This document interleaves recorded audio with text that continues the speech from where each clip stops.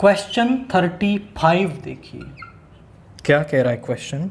If A1 denotes the area of the region bounded by y square is equal to 4x and x is equal to 1 and x is in the first quadrant and A2 denotes the area of region bounded by y square is equal to 4x, x is equal to 4, then find A1 ratio A2।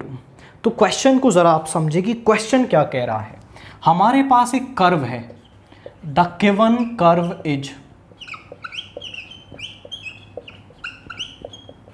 Curve है हमारे पास y square is equal to 4x। अब ध्यान से देखें तो ये एक राइट हैंडेड पैराबोला है इस तरीके से। यहां पे this is negative x axis, negative y axis and x is equal to 1। A1 area जो है इस पैराबोला यहां पे होगा 1 2 3 4, x इज इक्वल टू 1 एक ऐसी लाइन होगी, ये लाइन जो है वो x इज इक्वल टू 1 है। A1 एरिया क्या कह रहा है कि पैराबोला इस लाइन और फर्स्ट क्वाड्रेंट में जो एरिया बन रहा है वो A1 है, यानी कि जो ये वाला एरिया है वो आपका A1 है। और ऐसे ही एक A2 एरिया है वो हम अभी निकालेंगे। तो पहले A1 को जरा हम ध्यान से देखें तो A1 क्या है हमारा, A1 कैसे निकलेगा, वो मिलेगा हमें, यहाँ पे है 0, यहाँ पे है x1, यानी 0 से 1 और पैराबोला के नीचे वाला area y of parabola dx, और y ऑफ पैराबोला हमारे पास होगा, यहां से अगर आप y निकालें तो root 2x root 4x and 4 का रूट हो जाएगा 2 रूट x। तो यहां पे आ गया 2 रूट x dx, 2 तो बाहर आ जाएगा, x की पावर 1/2 का होगा, x की पावर 3/2 अपॉन 3/2, ये है 0 से 1। इसको बाहर ले सकते हैं तो ये आ जाएगा 2 इंटू 2/3, ये आ गया 1 की पावर 3/2 माइनस 0 की पावर 3/2, और 1 माइनस 0 1 हो गया, यानी A1 एरिया हमारे पास 4/3 आ गया, 4/3 square units. This is area A1। अब एक और एरिया A2 है हमारे पास, समझें।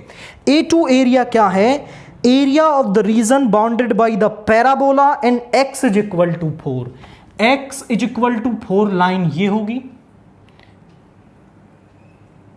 यहां पे इसको नाम दे देना समाप्त A1 यहां पे। अब इस लाइन और पैराबोला के बीच में जो एरिया है वो कौन सा बन रहा है, जो हम रेड पेन से मार्क कर रहे हैं, ये वाला एरिया जो है वो A2 एरिया है। This is A2। अब A2 एरिया, A1 तो हमने निकाल लिया, ऐसे ही हम A2 निकाल लेंगे, और A1 और A2 का रेशो हमसे वो पूछ रहा है, तो A2 हम कैसे निकालेंगे। आप समझो कि जो A2 एरिया है वो क्या होगा, A2 इज 0 to 4 जाएंगे, 0 to 4, और 0 से 4 जा रहे हैं, और इस पैराबोला के नीचे वाला एरिया हम निकालेंगे, y ऑफ पैराबोला dx। और आप समझे कि हमें ये ऊपर वाला एरिया मिलेगा, जितना ऊपर है इतना नीचे है, तो इसको अगर हम 2 से मल्टीप्लाई कर देंगे तो पूरा एरिया A2 हमें मिल जाएगा।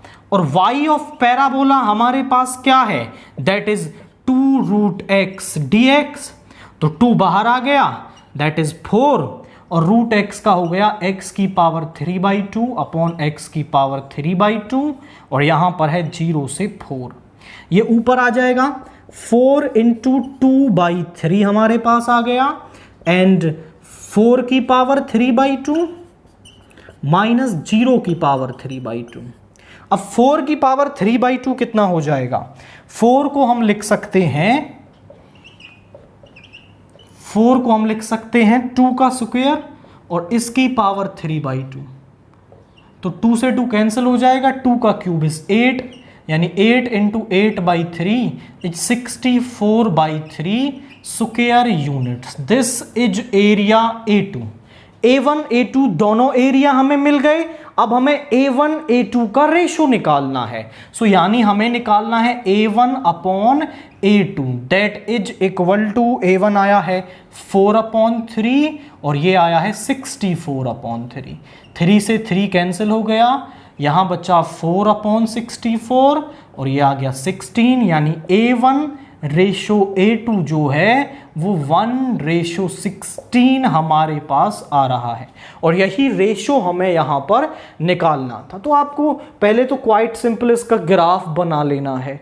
आफ्टर दैट फिर आप क्या करेंगे कि A1 एरिया निकाल देंगे, A2 एरिया निकाल देंगे और फिर उनका रेशो भी आपको इजीली वहां पर मिल जाएगा।